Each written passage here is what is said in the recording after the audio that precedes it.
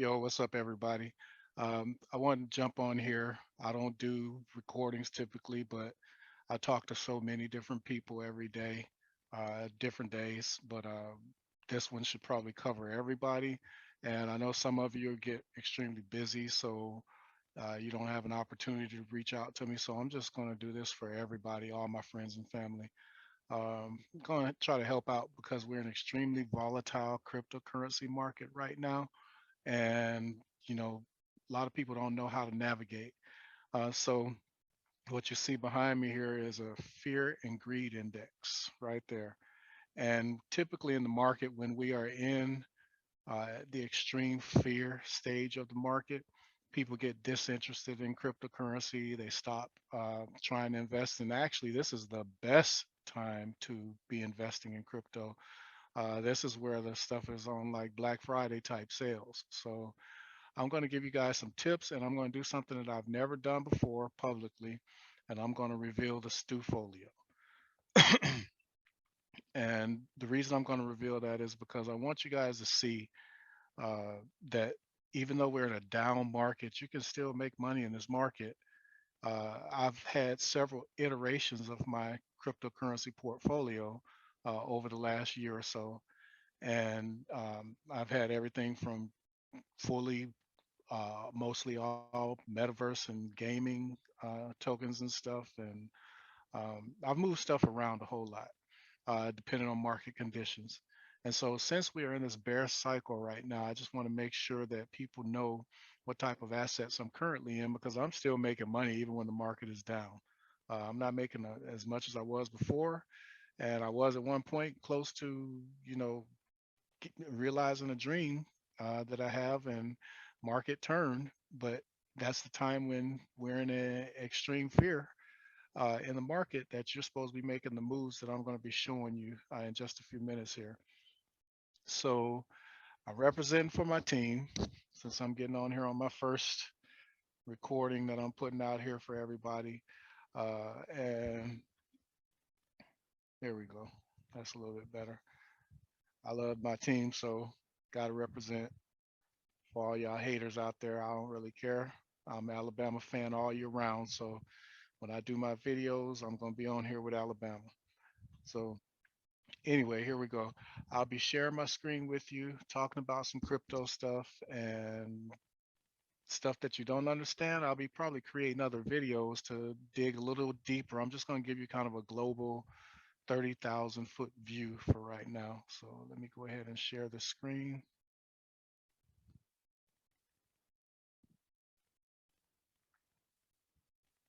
All right, so hopefully y'all can see this. And it looks like I am still recording. Just making myself a little bigger over here. There we go. All right.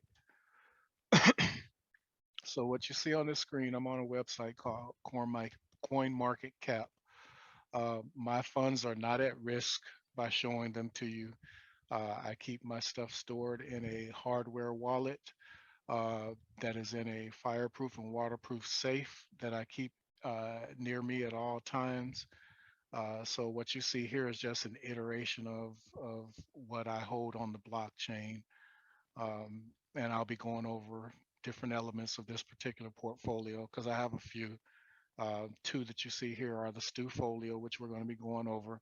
I will not be showing you this degenerative risk portfolio because that's my money that I play around with and try for moonshots on different plays. And I will never show that because I don't want to be the responsibility of anybody getting wrecked in this market because they will wreck you on some of this stuff. So here we go. In this portfolio, as you can see up here, it's actually doing pretty well right now. I have stuff allocated roughly in my most prominent coins, close to 20% in each thing. And where I put my more riskier plays, it's a smaller percentage of the portfolio. That's the way it should always be.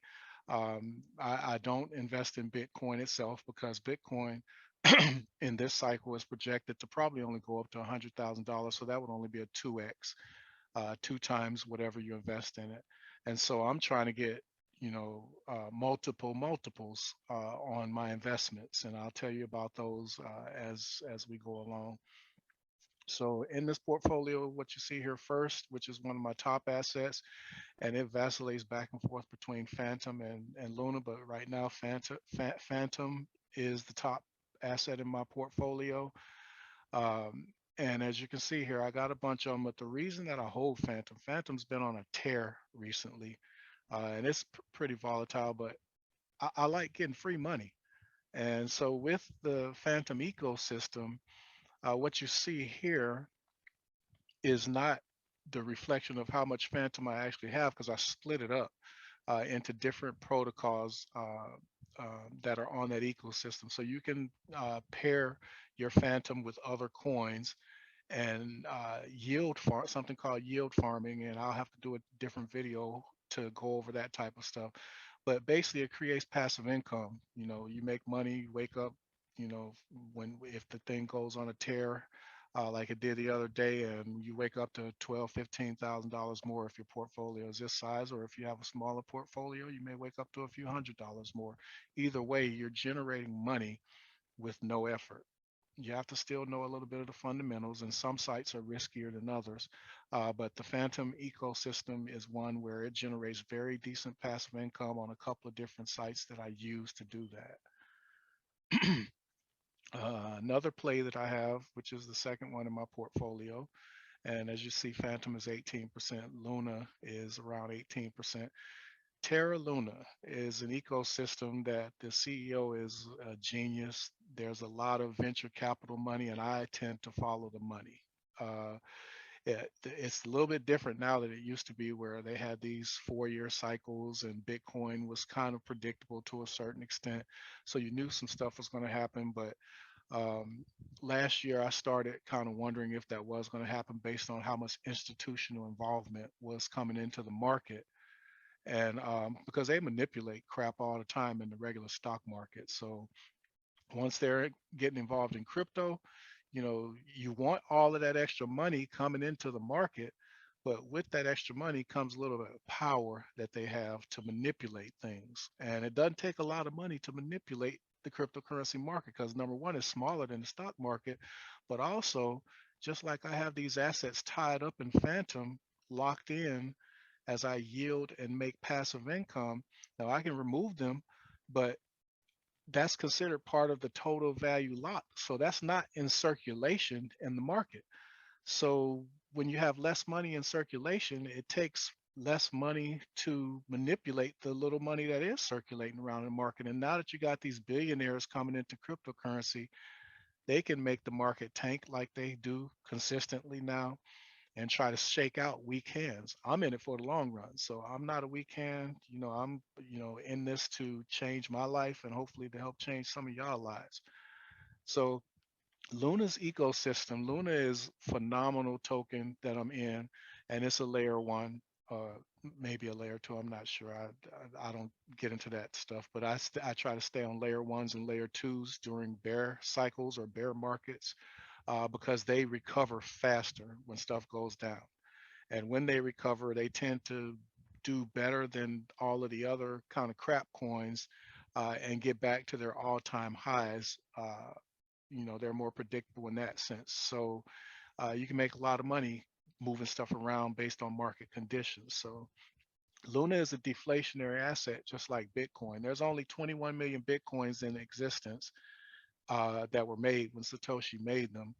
So every time somebody buys new Bitcoin, not just trading Bitcoin, but buys new Bitcoin, they reduce the supply. And because there's still great demand, there's even greater demand now because the and all of this greater adoption that's occurring.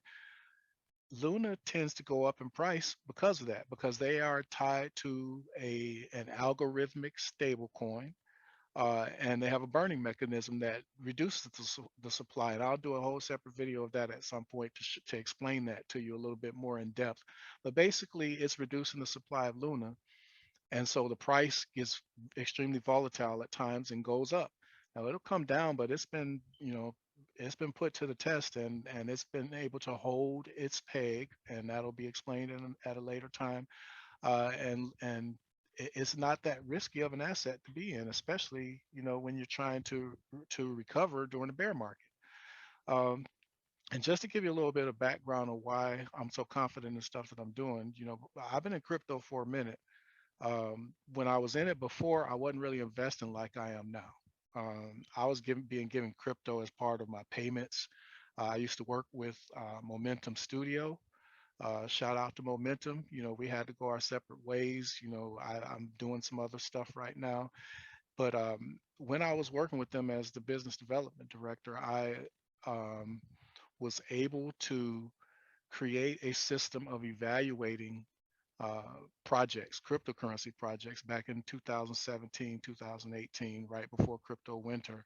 And what we did is, I would give them a grade based on a system that I created uh, after evaluating the white papers to see if they were ready to go make money overseas. And so at that point, our vice president, Kenji, shout out to Kenji, love you, man, love Dallas. I'm sorry we had to part ways, but things happen, and hope y'all are still doing well. I know y'all are killing it. I see some of the deals that y'all are making online. So, but Kenji would take these people overseas to make money, and so I'm indirectly responsible for helping raise 5 point something billion in funds, uh, sending people to raise money for their ICO projects. Now, ICO projects aren't really a thing anymore. Crypto winter happened in 2018, and the entire market went to hell in a handbasket. So but that was a time to make money, but I wasn't really into trading. I was just getting free crypto as payments, and I got some in the portfolio that, is sitting there. And Ethereum was extremely cheap back then. I wish I would have had the foresight to load up on that crap back then, because it was, I remember Dallas was giving me Ethereum like Tic Tacs, like, yo, you need to use this for the gas fees to move this somewhere or send this to this person or whatever. So, I didn't understand the significance back then, that I do now. Once I changed my mindset to this mindset of trying to change my life and family and friends' lives, I took a deep dive, and that's why I started getting really good at what I'm doing. And anybody that knows me knows that once I put my mind to something and decide that I'm going to be an expert at it, I do usually do pretty well. So anyway, getting back to the Stu Folio here, just giving you a little background on my crypto history. I've been in this for a while, so that's why I hold on to certain assets, because I use my own system that I use to grade those ICOs, to grade these projects and see which ones I would like to invest in, and then I also am willing to take risks. So Luna, deflationary asset is going to keep the supply of Luna is going to keep decreasing over time. And just like when Bitcoin started out for pennies, you see where Bitcoin is now. It's at 50. Well, we had the all-time high of 60 some thousand right now. Let me see. Where is Bitcoin? Bitcoin, I have to move this over just for a second. Bitcoin's trading at 36,000 right now. So imagine if you were in 2017 or 2018 and got into Bitcoin, and you just put like $100 in and you just set it and forget it. Happened to my son, except he had Ethereum, and he only had one, but he had a $179 Ethereum back a couple of years ago. And when we started talking and chatting about crypto last year, I said, hey, let me see how many Ethereum you got, and he didn't know how many he had. Wish he had more, but he had one, and it was worth over $4,000. It's like a 3,000 some percent increase from what it was worth at the time, and he had forgot it was even in there. So holding is the best strategy for all of crypto. You have people who trade like me who are trying to actively grow their portfolios, but if you just have extra money, and it doesn't have to be a lot, and you invest in some very sound projects, and then just leave it alone, don't think about it. Most fundamentally sound projects are going to go up and to the right. They're going to keep on gaining in value over time. It's when you try to time the market, and when you're doing stuff and you're trying to trade and you haven't really learned fundamentals, or you're listening to your favorite YouTuber or something like that, that people end up getting wrecked. So I'm not out here to save the world. I'm just trying to help out some friends and family, and anybody else that wants to listen to this video is fine. I'm not trying to monetize anything on YouTube and stuff. I've done that before. Uh, just not interested in just keeping up with that stuff. I'm doing this right here all the time. I have alerts set up that wake me up if I need to be awakened because they trade overseas, daylight over there, and they're trading while we're sleeping and the market gets affected. Cryptocurrency is 24/7. So, I'm moving all the time in this lane. So anyway, that's why I have Luna here and at between number 1 and 2 in my portfolio. Let me move this back up here a little bit. Number 3 is this FTX token. Now, what's so phenomenal about this one is there is a 29-year-old guy who created this exchange, the FTX exchange, named Sam Bankman-Friedman. And he's just a regular guy like you and me. He didn't even get in crypto early like a lot of people did. He just figured out a way to use arbitrage, and we'll go over that at some other point in the future too. But he used arbitrage, which is basically, the price of something in one place is higher in another place, so you buy it in a lower place and you trade it at the other place, and you're making money based on something being valued differently on different exchanges. That was one of the ways where he was just stacking his bags and compounding it, and he became a billionaire, multi-billionaire, youngest under 30. He did it faster than Zuckerberg, I think. So he created this exchange, and I think what's so phenomenal about this one is the adoption, the mass adoption that's happening. I mean, Steph Curry hit a it looked like a three-pointer. I'm not sure what it was, but he hit a shot at the end of the most recent game at the buzzer. And when they ran to celebrate, they celebrated over the FTX logo. And they got their name on an arena down in Miami. I mean, they're doing the thing, and he's a billionaire, multi-billionaire, knows how to make money. So, I have every confidence that this token is going to just keep on going up. And, I'll give you examples at some other point. So yeah, so I invested in this FTX token. It's an exchange token. So, as projects go into the market, uh, where do they go? They go to the exchanges here to trade and use leverage and all that different stuff. And some exchange tokens have done extremely well. This one has been doing very well for me. This recent market pullback, but as you can see here, looking at it, everything else is red, and it's picking up and moving. So these layer ones and layer twos tend to move faster than your favorite meme coins. Sorry, Doge, but they move faster when the market is recovering during a bear market. And we are in a confirmed bear market because of what Bitcoin has done and has been doing. Now, whether it's going to last for 2 years like the normal bear market does, nobody knows that because it's different now. There's institutional investors in here. Um, there's big money players, and they can make it last as shorter as long as they want to. But the thing is they want to shake you and me out of it. That's why there's that extreme fear in the market. There we go. Extreme fear.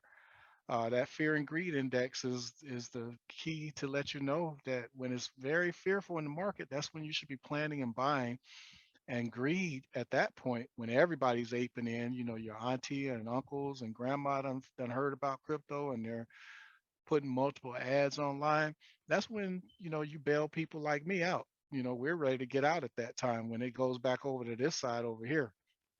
When it gets over there, I'm looking at y'all like, okay, y'all have at it, because it's not going to keep going up forever, and you won't get those gains that I got when I bought in when it was way down here. So I monitor the fear and greed index along with multiple other things that I monitor as part of my daily ritual. But yeah, so FTX token is going to be going up, and when the market starts recovering, and all of y'all start buying in, if you're not buying in now, uh, this coin is going to be going up like it has done in the past. The fourth one in my profile here in the Stu folio is Ethereum. One of the granddaddies. Bitcoin and Ethereum are the ones, the two top tokens in market cap value. Bitcoin, of course, has started all of the hoopla. There was cryptocurrency before that, but this is the one that Bitcoin got adopted and mainstreamed, and Satoshi.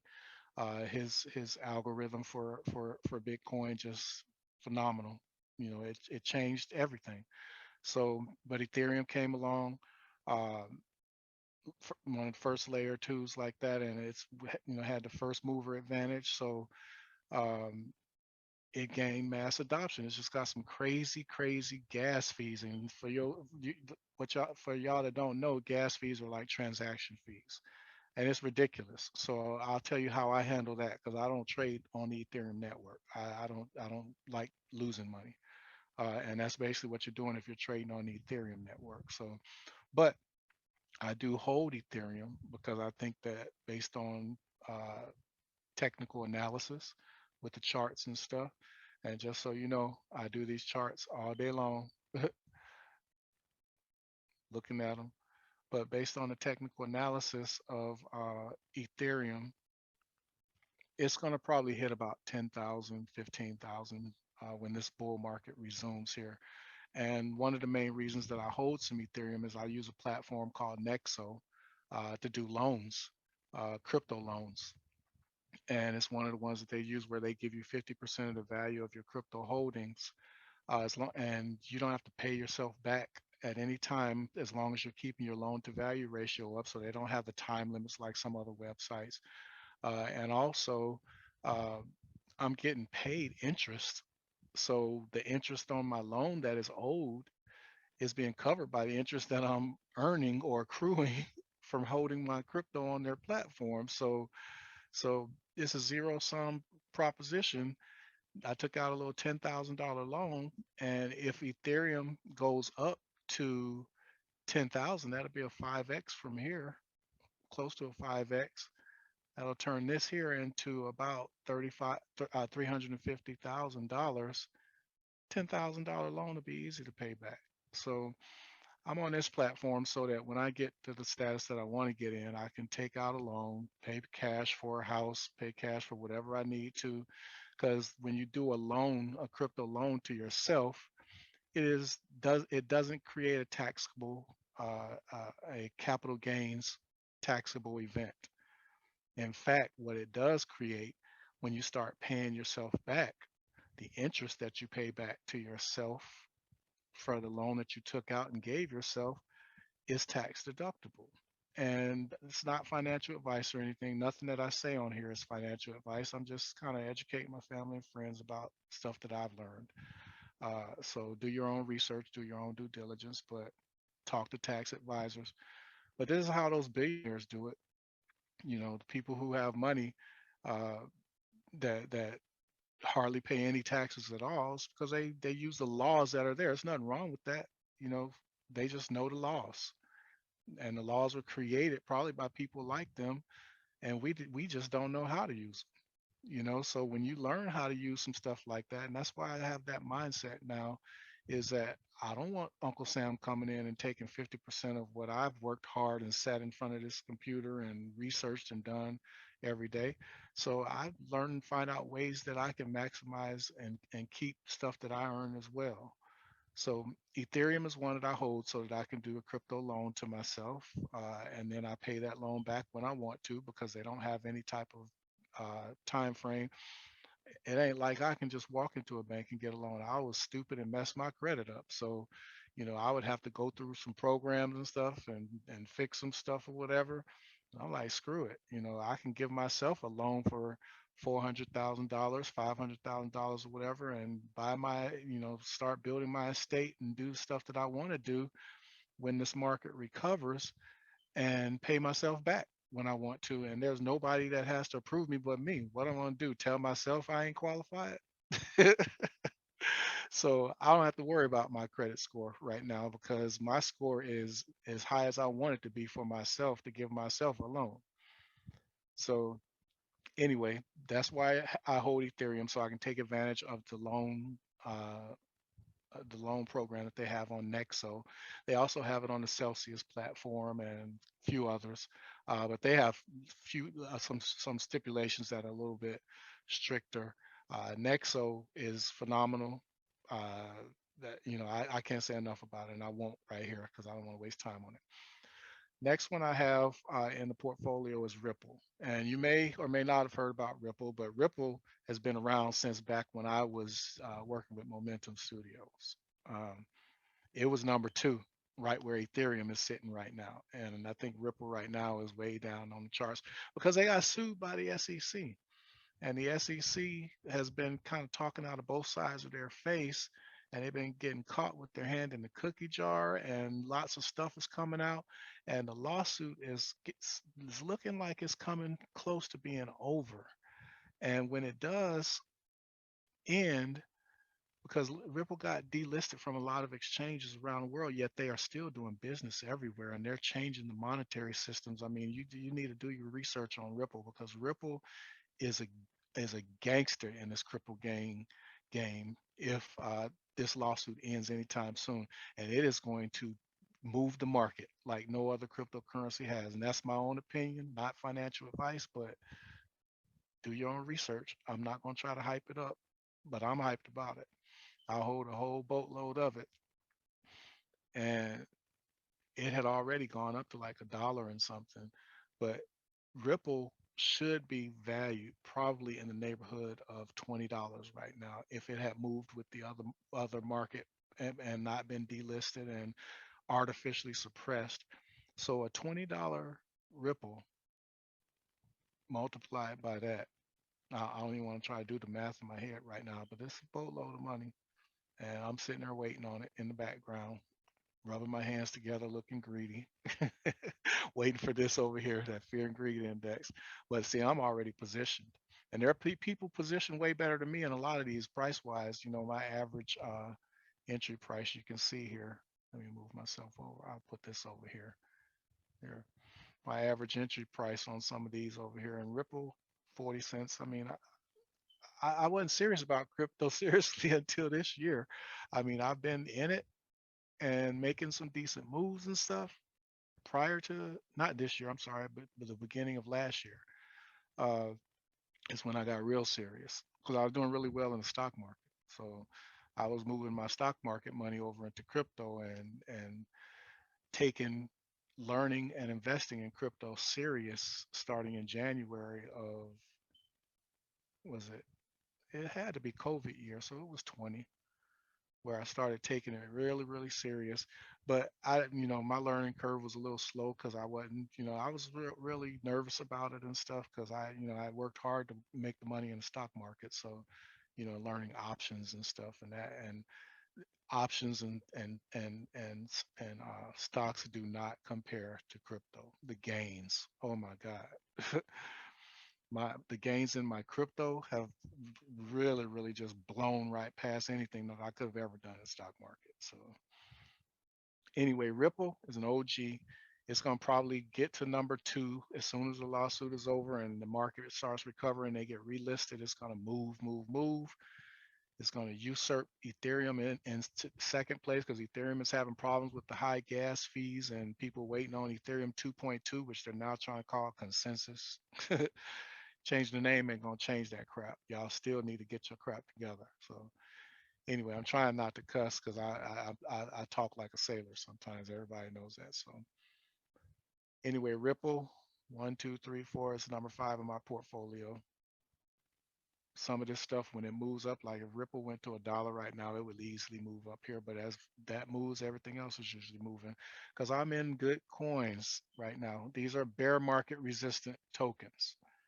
And when I say resistant, it doesn't mean they're not affected by it, but it means they're not going to go and drop 80 and 90% like your gaming tokens and your Dogecoin during a bear market. So next one I hold in my portfolio, and you can see the value of stuff decreases as I go down. But I hold Tether, USDT. This is a stable coin. And that's a term that you may have heard in the news recently, but I'm not going to waste time explaining to you why this isn't the best stable coin. The best stable coin is this one down here. That's part of the Luna ecosystem because it's algorithmic and it doesn't have to be backed by, this one isn't backed by one to one what it's supposed to be backed by. So they get away with some stuff and the government is calling them out. But this one down here, it's an algorithmic stable coin used in the Luna ecosystem based on Luna and is part of the burning mechanism. So whole video have to be done on that. But and the best thing about it, because it's algorithmic, they are not based in the USA. And Do Kwon is a South Korean citizen. He's the one who created it. So when they sent Congress sent out all the letters to all those companies, Tether and some other stable coins, they didn't have to answer them because they're not part of the US. And they didn't. In fact, Do Kwon, when they sent him something, they sent it about a protocol within the Luna ecosystem. They couldn't even touch UST. They sent something about the Mirror Protocol, which is here. I think it's in the US, but uh, yeah, they can't do a money grab on Do Kwon and Luna and the stuff in the Luna ecosystem that is based outside of the United States. So anyway, I hold Tether because this is what I call dry powder. Now, I'm not a Civil War buff, but I know back in those times they used rifles and muskets with gunpowder and metal balls. And if your gunpowder ever got wet, you couldn't fire them suckers. So they had to keep dry powder. And that's basically a term that we use in crypto and in the stock market to mean you keep some money on the side so that you can shoot when you need to shoot. Some project comes up or the price dips on something really good, down 10%, and you got in at a higher price. You want a dollar cost average down, and let's say you got in at 250 and now you're getting in at $2. I'm not even going to try to do the math in my head because I got too many things that I'm thinking about right now. But 2.06 plus 2.50 equals that divided by 2. So if you got in at 250 and it's at 206 now, and you dollar cost average in, you can bring your price down to $2.28. So you got a lower entry price that you got in. You dollar cost average down. You're decreasing your entry point, which means you start to get to profitability sooner as it's going back up. So and that's what I've done. I've dollar cost average to get my tokens up to a certain level that I'm comfortable with. Uh, but yeah, I'm profitable all the way through. And what you may see here, that's over the last 24 hours what happened. Uh, but what you may see here in the portfolio, and yeah, I think it. Let's see. Let me go back to chart here. Yeah, it looks like if you look at what my total profits are, it looks like I've only profited like 100 some thousand on this particular portfolio. But that's because I move stuff around. Like once I may move a couple 100,000 from one portfolio into other coins and stuff, swapping, moving stuff around. And then my margins start over again. So I'm constantly increasing them, but I may be starting at like 300 and make another 100 something in this portfolio. And then, something else may happen a few months from now, and I go and start moving back into gaming and metaverse. And when I show what my entry points are on those, my profit margins are going to start at that point. So it'll look like I'm making less, but it's actually I'm using profit to get into those positions. So, and there's no way to track that here. I'd have to use some type of software or something, but I don't worry about that. I just know that I got into crypto at 5,000, and I've had big lump sums of money that I've put in there over time for various reasons. But stock market money, different stuff like that. So that gave me a little boost here and there, but basically, this is all self-made, mostly self-made through trading. Learning how to trade and moving money around and buying crypto, getting in great projects. And speaking of great projects, I'm getting to this next one, Domi Online.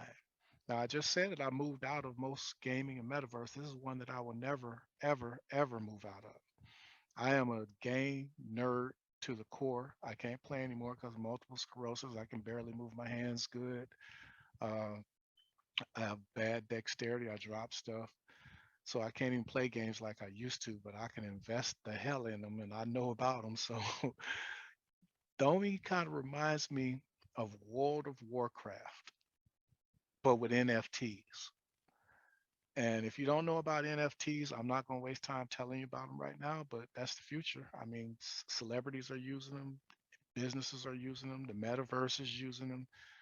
Uh, and World of Warcraft is, I mean, that brings back such memories because I used to like just dump money into World of Warcraft, like real money on digital assets.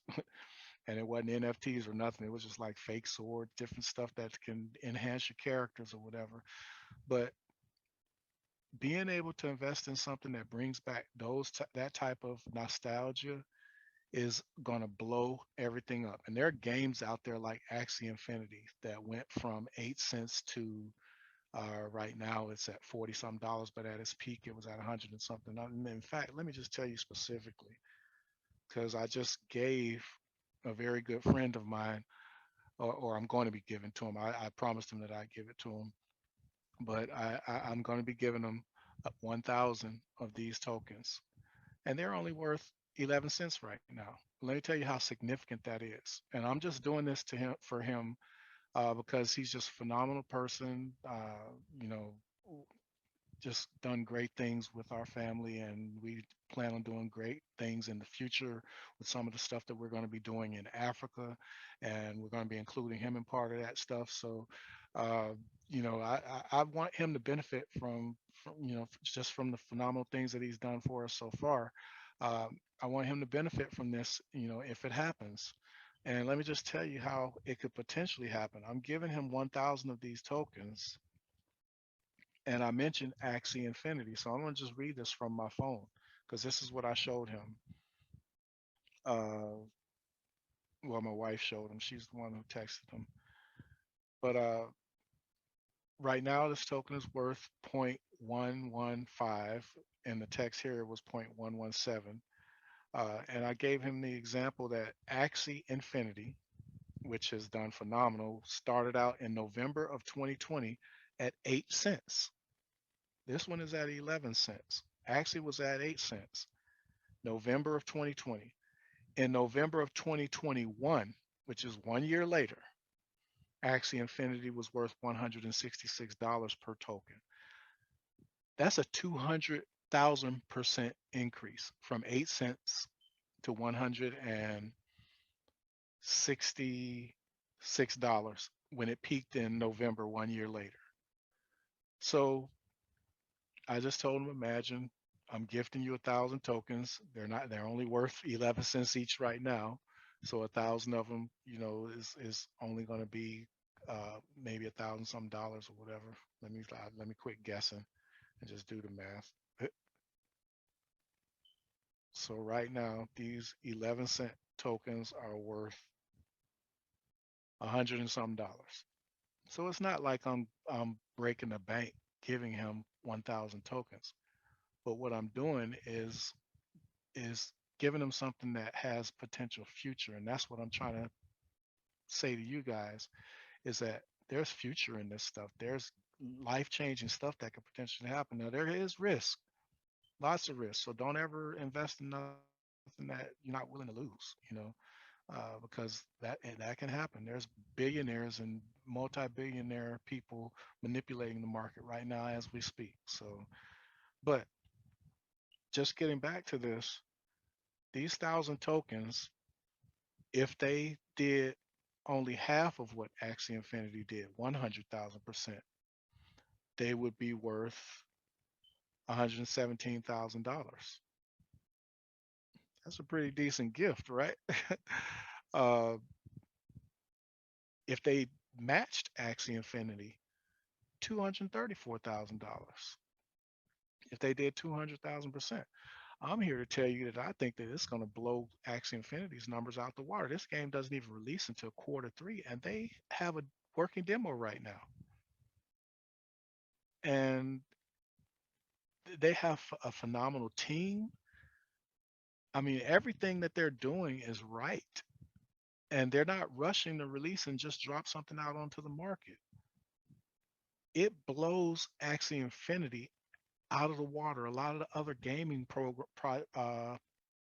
projects that are out there right now, it blows them out the water as a working demo right now. So, yeah, I'm invested heavily in that one because that's like a moonshot token. I moved it from that degenerate portfolio to this one because I'm never going to sell it. So that's a life changing thing, potential. And it's only like 100 some dollars. You don't have to have thousands of dollars to win in crypto. It helps when you have a little more money. It definitely helps if you have some expendable money. You don't buy that 40. Stop buying some cigarettes for a month, whatever. Just pull some extra money from somewhere. Go to the pawn shop, whatever you need to do. Get some extra money and try to do some things to change your life. Now, everything ain't going to be life changing. I just posted the other day about the law of diminishing returns. And with more money coming into the market, there are going to be less opportunities to make life changing gains. So you have to be smart about it. So that's why I'm trying to help you guys understand what's happening in crypto right now so that you make smart moves and don't, get sucked in by your favorite YouTuber who's getting paid to endorse a token or shill what they call shilling a token, or who has done absolutely no technical analysis or research, and you're just following them blindly and they got, enough money to absorb the losses, but do you? Uh, what's his name? The basketball guy, uh, Dallas Mavericks owner, Mark Cuban. He got wrecked like last year. And there were a lot of people following his Twitter account and investing based on stuff that he was putting out there. And that dude got wrecked because a token that he was basically shilling, Billionaire was shilling. I don't think he was shilling on purpose, but yeah, that's what the end result was because people were following him. And he was like, he wasn't really promoting it, but he was saying good things about it without having done not a bit of technical research or technical analysis. I'm sorry, I'm using the wrong term, but yeah, maybe research on the company because they went belly under in like a day. Token dropped to zero from whatever price it was. It was like up there, and the price was going up as he was talking about it. Just like when Elon Musk says stuff and Dogecoin goes up. I got my wife out of Dogecoin back last summer, I think it was, when we were in Georgia. Elon Musk was about to be on Saturday Night Live, and I said it ain't gonna go up when he talks. I said, you buy the rumor or you buy the lead up to an event, and then you sell before the event. That's just what I did in the stock market, and that's just a fundamental thing that you do. But she and my brother-in-law wanted to get in it, and they were happy waiting to watch him on Saturday Night Live. And we were in the parking lot at our hotel to see my daughter the next day. But he started talking, and literally as he was talking, the coin started going down. And it was back then, it was like 20 cents, and it kept going down and kept going down. And they were like, crap. And she lost a few $100s that night, but it was a lesson that she had to learn that, you know, I wasn't mad at her or nothing. I just wanted her to see for her own self. I'm just trying to pull it up here for you. Uh, And she saw for herself. And back then, I'm going to this page specifically. Back then, Dogecoin was 20 cents, and everybody thought it was going to recover. Every coin does not recover in a bear market. Most of them do very bad.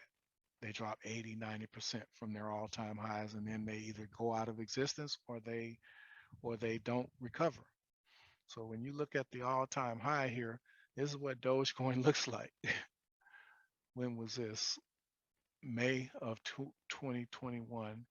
Yeah, this is where it was because it was at like 70 cents. So I can even pinpoint probably when we were visiting my daughter based on this. Because this was, well, it was around 70 cents and they thought it was about to go to the moon. And right there where it's at 68 cents, that was May. So correct me if I'm wrong in the comments. If you see this, Breezy, I don't remember when we were visiting you. I have to look. But Dogecoin went up here. When he started talking, it started coming down. Some fake pumps up and kept on going down, kept on going down. And it has not recovered. And that's been over a year,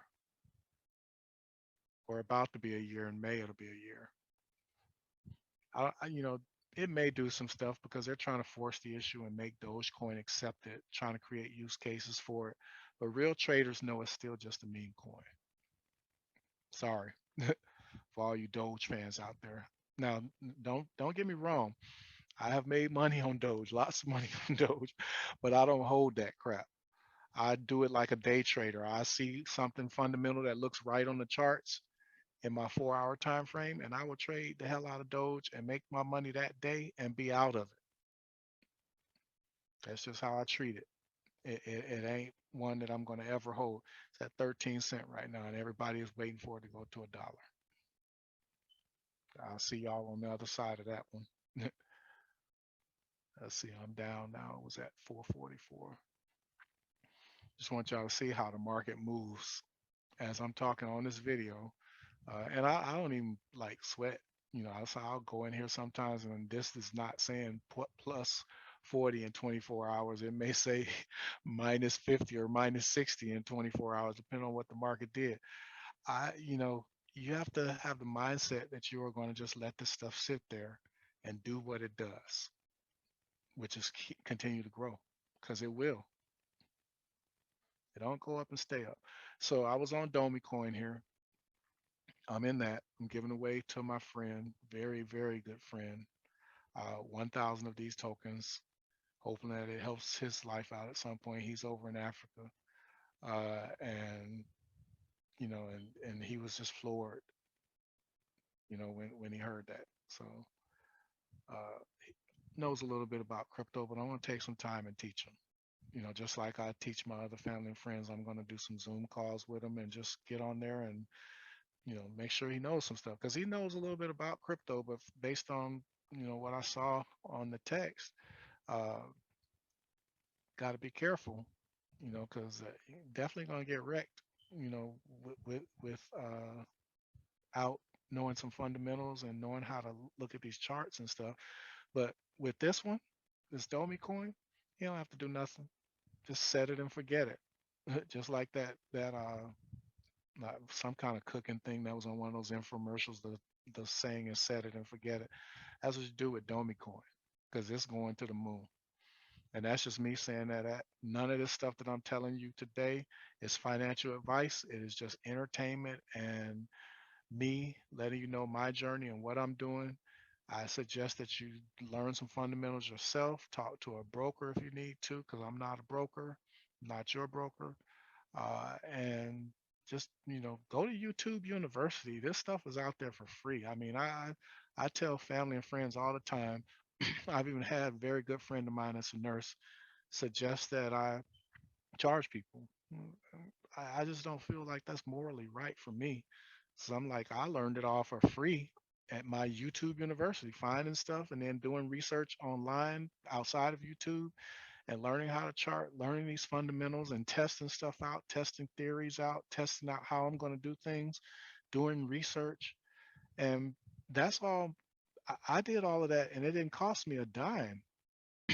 When I was trading stocks, it didn't cost me a dime to learn how to options trade, because it's out there. You got people who are doing this stuff, out of the goodness of their hearts online. Now everybody's trying to make a bag. I mean, I don't crap on nobody's hustle. Want to do that, that's fine. And some people need that.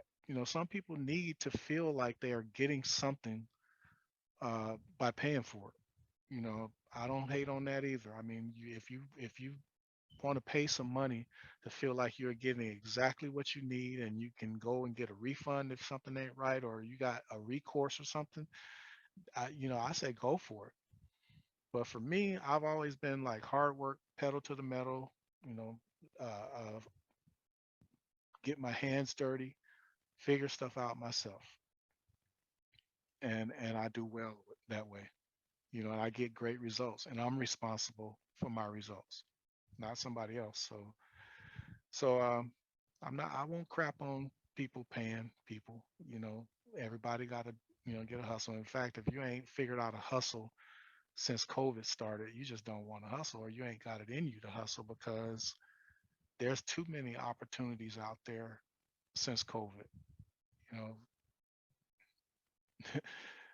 there's hustles to be made.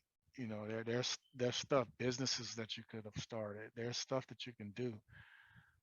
And I know everybody got to work, everybody got to do stuff, but there's stuff that you can do that you could have done. I'm calling it hustle like it's a bad thing, but it just means putting your nose to the grindstone and doing something productive with your skill set. So that's just me on my soapbox for a minute. Let me get back to this because I'm almost finished. That's why I'm there, because I'm down here to my stable coins and my transfers and stuff. So the reason I hold UST, I told you about that just a second ago or a little while ago, in comparison to USDT. It's in the Luna ecosystem, and it's another play on free money. I don't hold this much UST by itself because I pair it with Luna or I pair it in the Anchor protocol and yield farm and get passive income. I like waking up after sleeping for about 2 or 3 hour power nap. I don't sleep, y'all. I'm constantly trading or researching or doing something, finding stuff out. Because I mean, literally, they're trading overseas while we're sleeping in the market. You wake up and stuff is gone to hell in a handbasket. So I set tight alerts at nighttime when I'm supposed to be asleep. And if any of my alerts are hit, I'm up looking to see what's going on. I move stuff. I'm constantly like strategizing, and that's why my portfolio typically stays green even during all of this bear stuff. You know, and I was of the mindset at one point of holding, and everybody in my family that knows about this, I was a Cardano addict, and I had like roughly 80% of my portfolio in Cardano and 20% I was messing around with other stuff. And then I kept seeing other people winning with other projects and stuff. I'm like, dang, Cardano's taking forever. I could have been in that project or I could have been in that one, and so when I changed my mind about being diamond hands, graphene hands, little term I made of holding Cardano, I literally ended up selling all of my Cardano. I started getting out of it a little bit at a time, a little bit here, a little bit there, because I was in profit. I got into Cardano at like 68, close to 70 cents. A lot of people got into it the year before me and a couple years before that, and they were in it in the teens. So that's why a lot of Cardano holders don't care about what's happening in the market because most of them are either rich already right now because they got in the pennies or whatever, or they got in like me. And when I first heard about Cardano, it was like 30 some cents, but I was winning with so much other stuff at that time. I was like, I'll get a little bit of it, but I'm not, about to load up. But then I started learning about it and seeing what they were doing in Africa and the fundamentals. And I love the Charles Hoskinson guy, the CEO. And so I became a convert. I dumped a whole boatload of stuff into Cardano to the point where it was 80% of my portfolio. And it won for a minute. It went up to $3. And I started dollar cost averaging out at $3 and put money into other stuff because I read charts. I look at the charts and I saw that it wasn't strong there, and things were not progressing like they should. Stuff was being delayed. And that's not to hate on Cardano. That's just, if you're in this market to try to make money, you got to make money. So once I got down to just the principle, I used all my profit, moving profit into other stuff, and I'm down to principle. I'm like, Cardano ain't made a move yet, and this is like a few months that passed. I started eating away at the principal to the point where I was finally just like, okay, when it was going down, didn't recover. When it got down to like low $2, that's when I got all out, and I'm glad I did because where's Cardano right now? I'm just gonna pull it up for you. I actually have it on this chart, $1.03. So I would have lost 100% or went down 50% of whatever my value is from $2 to here. I'm not maybe doing that math wrong. I know if I was at $1 and I went to $2, it's 100%. So I guess it's the same in reverse. Uh, it was $2 and something. I would have been down to $1 right now, and that's ADA. ADA is the term. ADA USD is because it's being measured in US dollar. That's Cardano sitting there at $1.02, and it just does not look fundamentally sound. This is the daily chart, and this trend is down. And I know the whole market is down right now, but Cardano has a unique way of always being down. They'll have these little fake out relief rallies every now and then, and they're always down. So I got out of Cardano. If I see Cardano start to move, I'm not hating on it. I'll invest in Cardano again. When that trend changes, I will. But right now, if I was still sitting there waiting for Cardano to do what they say it's going to do, maybe go to $8 or $10 from the price that it was at $2, that would have been like a 4x. If it goes to $8 or $10 now, it'll be, an 8x or a 10x. But Cardano don't move like the rest of the market. Other stuff will start recovering. FTX token up 6% now in 24 hours. What else? Binance up 5% in 24 hours. Trius up 4% in 24 hours. So, but Cardano don't recover like that. So I'm trying to make money. I trade.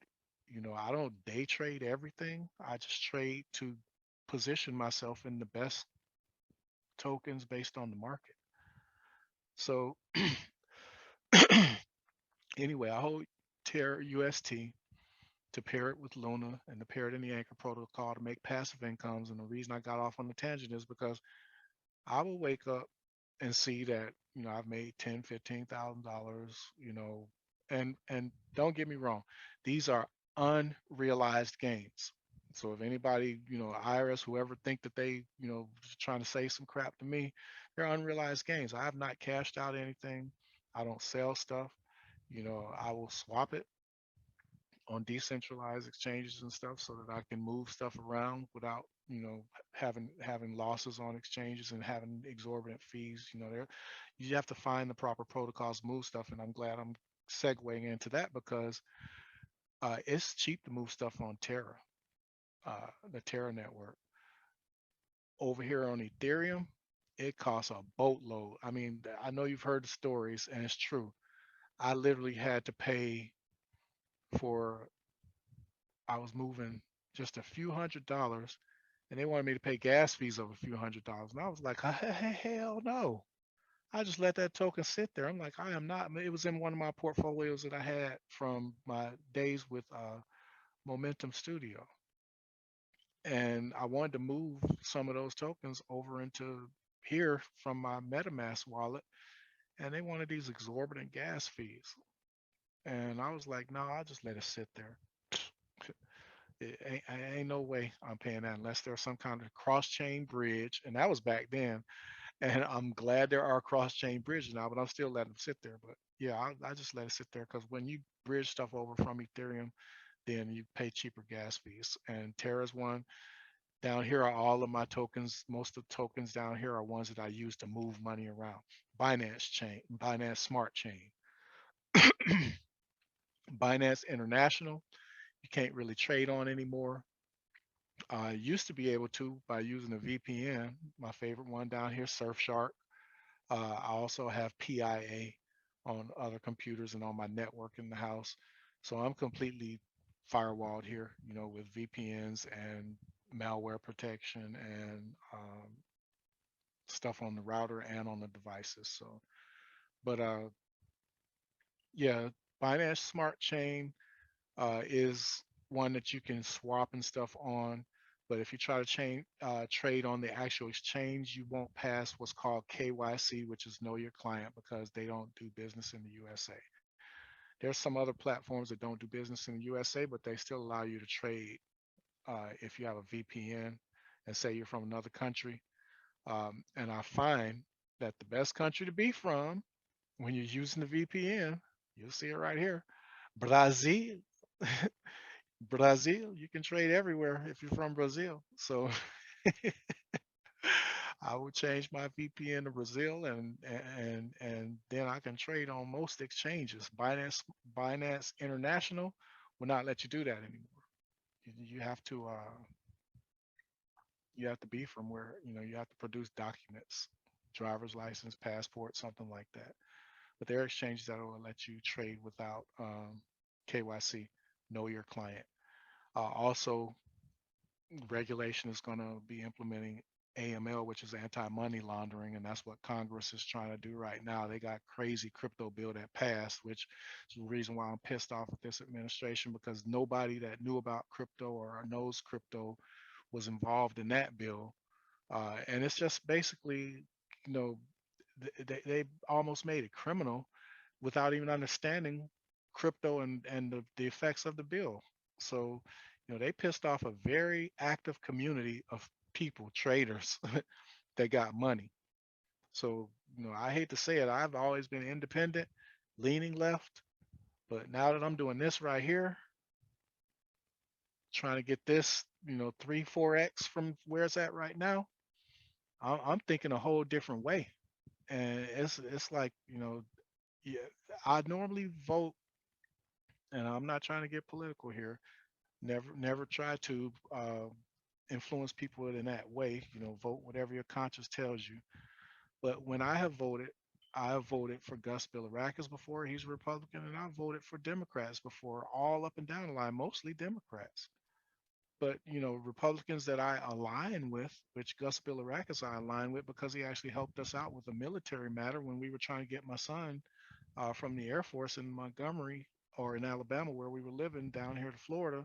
I contacted the Florida congressman in the district where we were moving to, and he literally reached out and helped us and got him onto an officer base, MacDill Air Force Base, which what I heard at the time was hard and almost damn near impossible, but he made it happen. So he has my undying loyalty, you know, for what he did for us, like however many years ago that was. I don't even remember how many years ago it was. I'm thinking it might have been close to 10 years. But I'm a fan of Gus Billirakis, so I vote for him. And there's a few other Republicans that I vote for, but they won't be, Democrats won't be getting none of my votes this time around. I'm part of the movement that's trying to get them out, because I vote based on how my life is affected. My life ain't really affected by social justice stuff. I carry myself a certain way, and I know you can have stuff happen to you even when you carry yourself a certain way.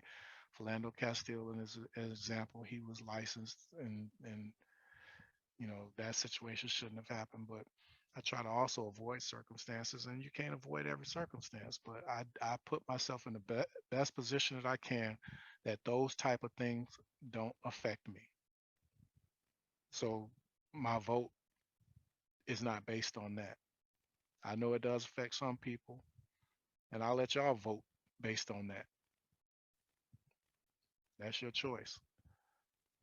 Um, if you are trying to vote on something that is affecting, you know, how I'm going to have to interact in my neighborhood, and it's not positive, if you try to affect my Second Amendment rights, because I want to be able to protect myself, just like the people who don't care about the law, you know, use their stuff to do whatever they want to do. You know, if you're affecting that, then I'm not voting in that way either. So I'm just not going to get political. I just, kind of letting you know why. You may see some rants every now and then on my profile regarding uh, politics, because I want Democrats out. They've done nothing good for crypto at all. Nothing. There are a few Democrats who are aligning with some of the Republicans, and you've seen them. I won't waste time naming them here, that are trying to fix the crypto laws, but they're not in my district to vote. And I know that there has to be some global change right now, because this is directly affecting my life. The craziness that they're trying to implement, and the stuff that I'm trying to do to better my life. So I'm voting all the suckers out in the midterms and president. It is what it is. All right. So back here, Binance Smart Chain. It is, you don't need a VPN to trade on Binance Smart Chain. Uh, you just need to know what you're doing with your hardware wallets, your hot wallets, and using contracts that are valid from sites like CoinMarketCap to load tokens like Domi and stuff like that. you want to get access to that aren't on a ton of exchanges. Okay. So I don't hold a lot of this. I just use it to sometimes buy into risky stuff like what Domi looked like initially. It's not, but I'll get into some meme coins and stuff, some different stuff, small amounts like $100 in hopes that one day, one of them may moon or something, or I get a little profit and I take that profit and immediately move it over into my tier one assets. I don't sit and hope for dreams and stuff. If it don't happen at the time that I'm putting the money in there, I either make it or take the loss. And speaking of loss, you know, I also set my alerts for when stuff goes down in that portfolio less than more than 15%. I'm willing to absorb a 15% loss, but if it ain't doing what it's supposed to be doing, I'll get all of it and chalk it up as a loss and move on. I'm not gonna hold meme coins and crap coins. Now I'm saying crap coins. I usually just say shit coins. Let me just be real. All right, but I'm just trying to keep it tame. But I'll usually play around with the shit coins for a minute, and then if I make some money, fine. If I don't, I'm out with a 15% loss. Trius. This is one. I only have 1,000 Trius tokens. I want a boatload, and I want it up here, but I want to see it start to move first. Because Trius has a potential of 20x. 20x from here, what's that? $100,000 that'll turn into five into 100. So I like this one to have more, but I'm not convinced yet on Trius. And this is how I manage my portfolio. I have a little bit of risk within this one right here, a lot of risk in the other one, but I moved it out of the other one because I think it's pretty sound. The team looks okay. It's just the price action has not necessarily mirrored where I want it to go.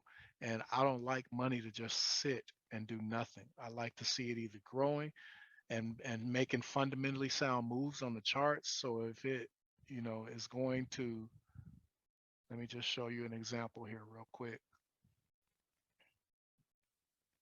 Move this out of the way. Did I delete it? No, it's right there. It's just in a lower time frame. Okay, I don't know if y'all can see this, but there's a little parallel channel right here that I have. All right. And I'm gonna go to a lower time frame so it's bigger. Let me move this over here. Stretch that out. Okay. So this is price action. I had another channel up here as well, but this is the one I'm watching right now with Luna. Uh, for the most part, it's been respecting this channel, but it's still been going down. But it'll retest the bottom of the channel, go up, meet resistance, come back down, meet resistance, and start going back up. I have an Ichimoku cloud here, so I'm watching for when the price action goes above that cloud. But let me show you this one. So this larger channel back here that you see is actually up. You can see it here, part of a downtrend there. All right. But I'm on a lower time frame because I just want to show you how I've been watching this. So it was on a downtrend, and this is FTT, FTX, FTX exchange, the FTT token.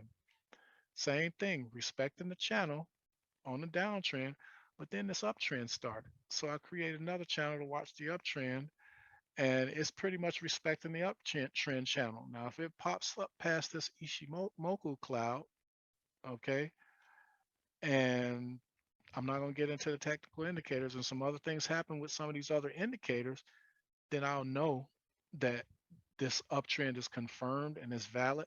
But then the next thing I'm going to be watching is if it breaks this downtrend. And if it breaks this downtrend, which on this 4-hour chart, at the top of this downtrend where it's going to break it, there's literally almost no price action up there.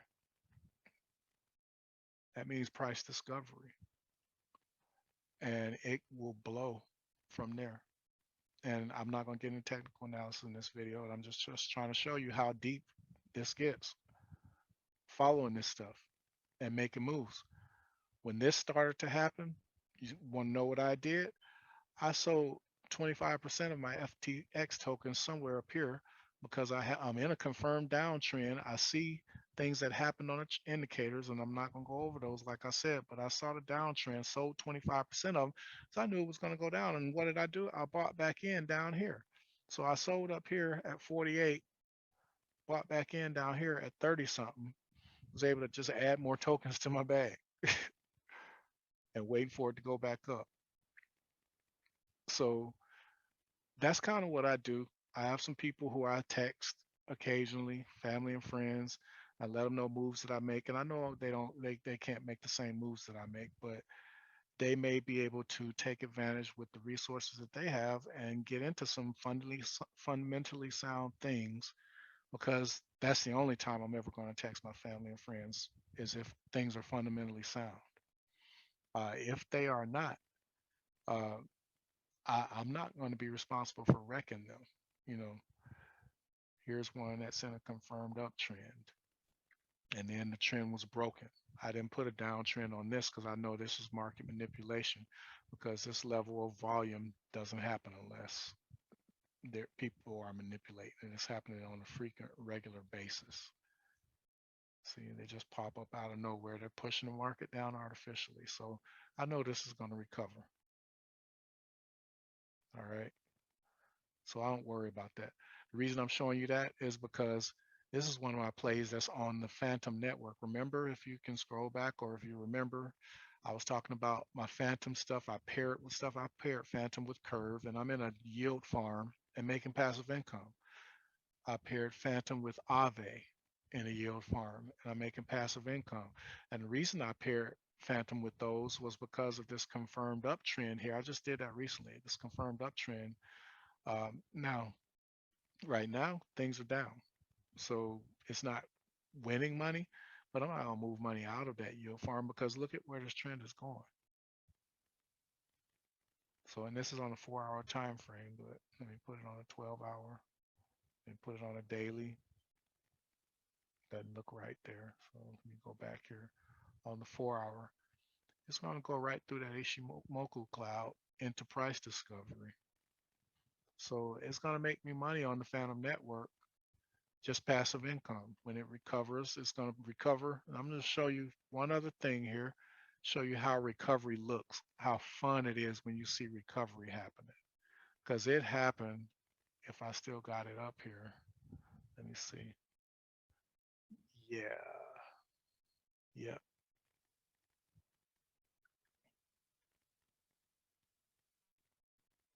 This is a pretty good example of it with FTT. So stuff goes to hell in a handbasket, and you drop, let me see here, here it is, price range.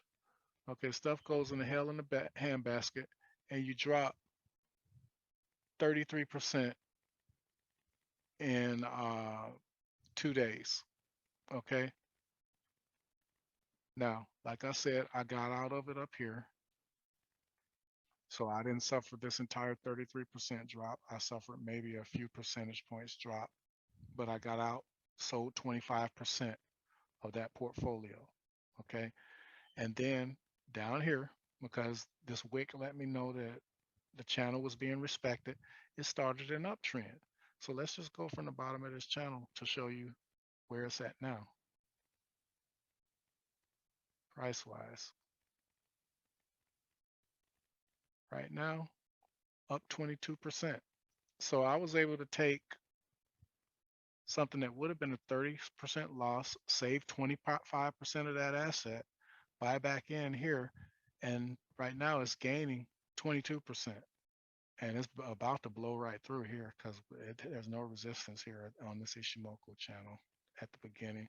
And there's this big price gap here on the 4-hour. So it's going to go from here, 38, probably up here to about 42 with no resistance. Uh, there's other things that'll be in place, so I'll have to do a little bit deeper technical analysis, but that's about to be a pretty strong price move right there on FTT. And I hope this video ages well so that I'm right. But my technical analysis is usually spot on, so I'm pretty good at that stuff. So, but yeah, this is looking very nice in this uptrend with FTT, and that might be because the Super Bowl is coming and they bought ads and stuff. I mean, there's lots of stuff that goes into technical analysis. The fundamentals got to be looked at too. They got Tom Brady advertising for them. He's not in the Super Bowl because they lost, but you can bet they're probably going to be talking about him because he is going to be on Super Bowl ads that they done spent millions of dollars on, and they paid him $20 million to advertise for FTT, him and his wife Giselle. So that's how it works. I mean, you got to be researching, studying this stuff, and if you got a job every day, like a lot of my family does, and they don't have time to look at this stuff, they trust me to a certain extent that if I'm telling them something, because usually what's happened in the past is I will tell them something because it's imminent and it happens like literally probably an hour or two after I tell them. So if you at work already and you can't trade on your phone or do something and I done texted you something or whatever, just probably forget about it. I mean, you might be able to get in, still as it's moving up if you can get around to it in a timely fashion after that. But most times it's because I see something fundamental that looks like it's going to happen. And it's a move that if you're doing a short term trade, it's going to be, pretty decent. You know, this move right here, this 20 something percent move happened over, that's the 22nd. And this is the 27th over 5 days. So, and what it did, it came down and broke through the new channel that I had created here, touching 3 points, but it came back up and is respecting the channel. It keeps breaking through, but you notice it's respecting the channel for the most part and moving up. And now it's at the middle of the other channel, the bigger channel, and it's going to use that as support. It's above the 20-day moving average. So I said I wasn't going to get into technical analysis. I'm just looking at it as I'm talking. So let me get off of here because I can do that all day long. So let's get back to the Stufolio. So Trias, I told you about Nexo. I hold Nexo tokens because you get a higher interest return. They give you like a higher interest on your tokens that are held there. So I'm like platinum status on Nexo because I hold enough tokens. Uh, and that's basically the only use case I see for Nexo token is using it on their platform to improve my interest rate my interest rate of earning and my interest rate of paying back my loan is lower. So holding tokens and maintaining platinum status on there is why I hold Nexo. I hold Solano tokens because I trade on through Solano ecosystem. I've had Solano as a play before, but I'm not comfortable with Solano all the way because well, I won't get into the becauses, but there's fundamental reasons why I don't keep Solano at the top of my profile, but I keep enough so that if I can get into some of their protocols within their ecosystem, also trading on their system, you have to have Sol, to pay for the trades, and it's cheap. So trading on Sol is cheap, trading on Algorand is cheap. The gas fees, the transaction fees is what I'm talking about. Trading on BNB is cheap. Trading on UST is cheap on Luna protocol. USDT, it's an ERC20 token and it uses Ethereum network and the gas fees are high. But I can convert USDT into Algorand version of USDT, uh, Tron, some other networks that are cheaper. So you have to know what you're doing with some of this stuff. And like I said at the beginning, and like I've always said on my posts, I'm here to help out my friends and family. If I don't know you, sorry. You can look at my videos or look at some of the stuff I put online, but you know, my friends and family come first.